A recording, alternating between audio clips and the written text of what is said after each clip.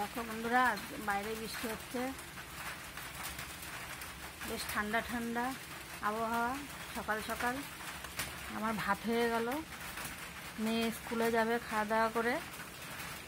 এই যে আমি কি করছি, আজকে রান্না পটল আর আলু কুচিয়ে ভাজা করব, আর এই যে টমেটো পেঁয়াজ এগুলো কেটে রেখেছি।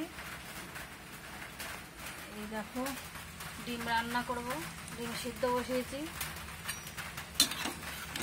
ডিমের ঝোল করব, সরি ডিমের কারি করব।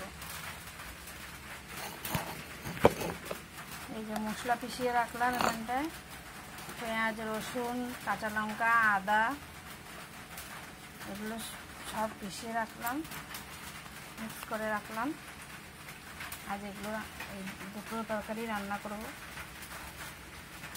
দেখো তোমাদেরকে বাইরের আবহাওয়াটা দেখাচ্ছি, কেমন বৃষ্টি হচ্ছে, বেরোনোর মতো অবস্থাতে নেই। এর মধ্যে ঘরেও আর কোনো সবজি নেই ডিম ছাড়া, তাই এই রান্না করছি আজকে। এই যে আমাদের লক্ষ্মী আর সুন্দরী দাঁড়িয়ে আছে, লক্ষ্মী দুদিন পরে বাচ্চা দেবে। দেখো খরগোশগুলো কি করছে দরজার সামনে বসে বসে।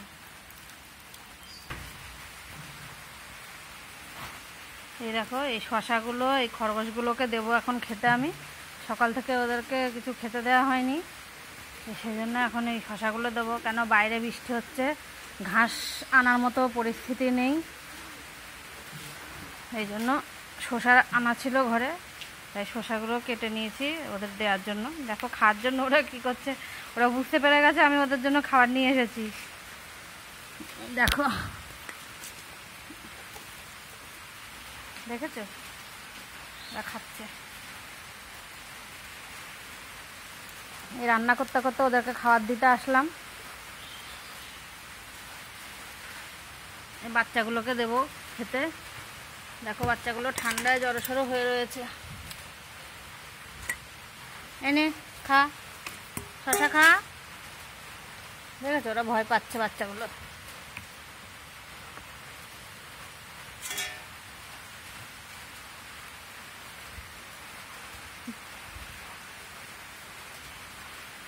আজকে এই পর্যন্তই ব্লগটা বানিয়েছি, আমার প্রথম ব্লগ।